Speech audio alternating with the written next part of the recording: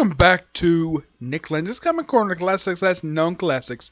This is episode number 1187 and Doubleshot number 1081. Yeah, it wasn't initially planned this, but I figured, oh, why not? I'll probably still have maybe more Comic Corners today, who knows? Depends how much trades I get done today, okay? Now, both these trades are from Secret Wars. This first one was later made to a very brief ongoing series. This is Weirdworld Volume 0 Warzones. Yes, this contains the entire first volume of the series, which is only 5 issues. This is written by Jason Aaron and art by Mike Del Mundo. The story for this one is... Now, here's the thing about... Now, in case anyone forgot... Now, for these miniseries, usually they focused on a particular character who is a familiar character in the Marvel Universe, and they put him in different settings, like this one here. Excuse me. Okay. Yes, so... Who's the main character of this miniseries? Archon! You're probably thinking, who the heck is Archon? He's an old Avengers villain from the 70s. Yeah, he's a creation of Roy Thomas. He's this guy who's got lightning bolts for weapons. Wait, lightning bolts as weapons. Is he related to Zeus? No, he's an alien. Yes, Archon's an alien, and he's a ruler of his own planet. This miniseries is focused on him. Occasionally, Archon becomes a heroic character, but in his home world, he's a dictator. The main villain of this miniseries, now okay, this is series Social Magic.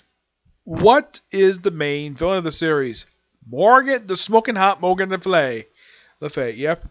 And those of you who don't know what Weirdworld is, originally the concept of Weirdworld was something that Doug Moa created back in the 70s.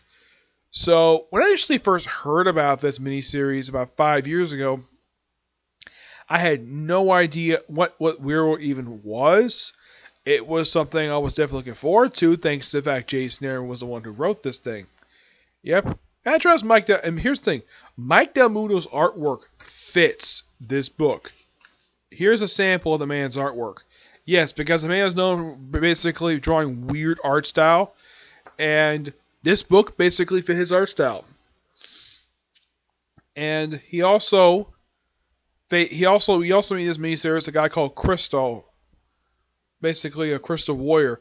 Yeah, that was from a miniseries also published by Marvel, published back in the 80s. I've never read it, actually. This is just basically Archon when he arrives on Weirdworld. He's like, oh, a floating island in the sky. He grabs on it. He basically has a series of Avengers across the thing. It's kind of in the way, what if Archon was Conan the Barbarian? That's how Jason Aaron kind of writes this. Though at the time, Marvel didn't have the rights to publish Conan, so... They probably were thinking, maybe we should put Conan here. That's probably maybe the writers probably thought like, but someone must have chopped like, wait, we don't own the rights to Conan. Not yet, anyways. They got back the rights last year. Actually, about 2 years ago, they got the rights back for it. Like, okay, do we have a character who's similar to Conan who can do this? How about Archon? Not many people know who he is, but we'll throw him in here. And since this series involves magic, Morgan Le Fay. Perfect. Yep, that's probably what the meaning was when it comes to this miniseries. And the way the miniseries ends, like, oh, Battleworld was destroyed. And then all of a sudden we see an airplane go into Mirror Triangle, and there's Weirdworld. Yeah, that comes to the premise of the very brief ongoing series the series had afterwards. Though Jason Aaron would not be the writer of it. Nope. Sam Humphries took over the writing of the book, though it did retain its artists. This book is actually pretty fun to read. I give this book roughly a 9.5 out of 10. Damn good book. It's almost like anything like fantasy based, basically, you could love this thing. Now Weirdworld surprisingly became an ongoing series in 2015. It was one of 2 series set there. The other course being Black Knight. Yes. Now originally Weirdworld was some kind of elf fantasy thing that Doug Moa created. I actually own the trade that collects their early appearances. Yeah, it's a series of stuff that Doug Moa came up with. And I do recommend checking out the original Weirdworld stuff. It is much more bizarre than this. Yep. Now, despite the fact this deals with Secret Wars, it has very little in common with Secret Wars. It's almost like they just threw the Secret Wars tagline in because that was what at the same time. But this book has almost nothing to do with the events of Secret Wars. And surprisingly, Archon doesn't appear in the main book. Nope, he doesn't. Alright, moving on to Marvel Zombies Secret War. Marvel Zombies Battleworld. This collects the Marvel Zombies miniseries from Secret Wars. Plus, this book also contains the first issue of the original Marvel Zombies miniseries. Now, this one, surprisingly, the star of this book is Alyssa Bloodstone, the Monster Hunter.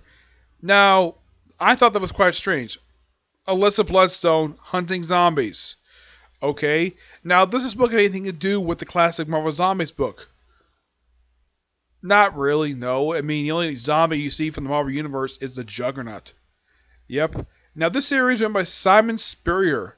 Yep, he wrote this book. The artwork in here is done by Kev Walker, who's a damn good artist.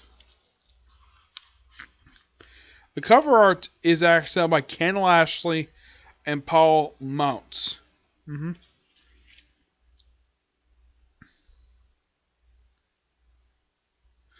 Now, the thing is with this particular miniseries, now, despite the fact Alyssa Bloodstone is in fact a daughter of Ulysses Bloodstone, they kind of changed who the father is, which I thought was kind of weird.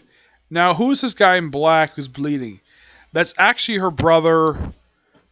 I think his name is Colin, I believe his name is. Yeah, that's the name of this guy.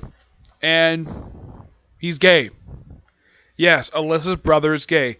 Though this is basically Secret Wars version of the character. You also appearance by someone from The Shield.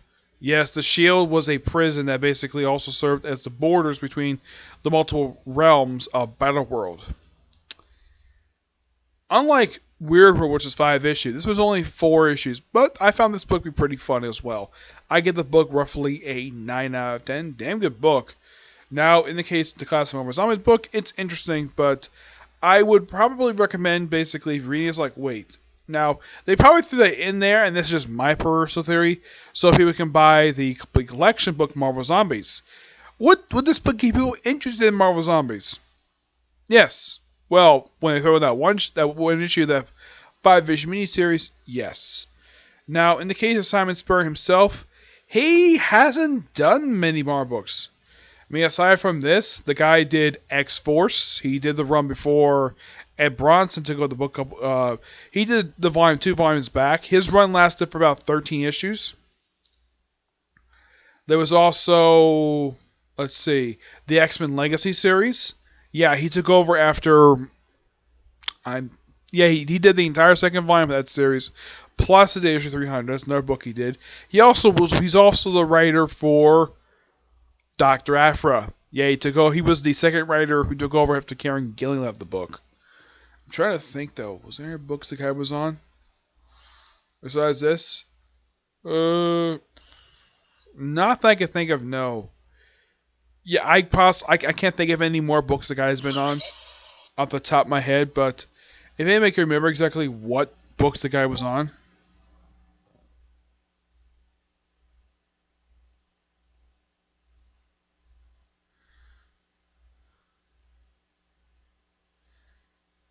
Okay.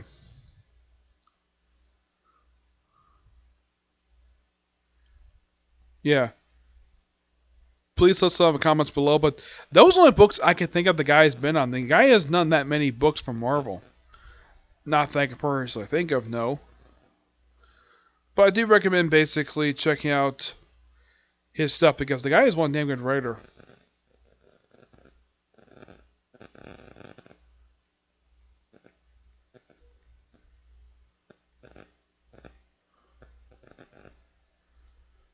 I just responded to a message. Anyways, yeah. But in the case of Jason Aaron, a lot of people know what books he's written. Ghost Rider, Thor, Avengers. Let's see, was there any books he did? He also did Original Sin, War of the Realms. Oh yeah, he was the first writer of the current Conan the Barbarian series. The book itself got a new writer now. He left for 12 issues. I'm trying to think here. Was there any books that he was on? I mean, there's a lot of books anyone can think of when it comes to Jason Aaron because this guy is one damn good writer. And there's nothing basically says that any book he's been on have been bad per se. Simon Spurrier, on the other hand, depends upon your mood when it comes to his work. Okay, so yeah, that's it for this particular review. Stay tuned soon for my reviews for One Piece and Case Close today. Unless, of course, again, there are comic corner done today. It's possible to say at least. Okay, see you next video. Bye.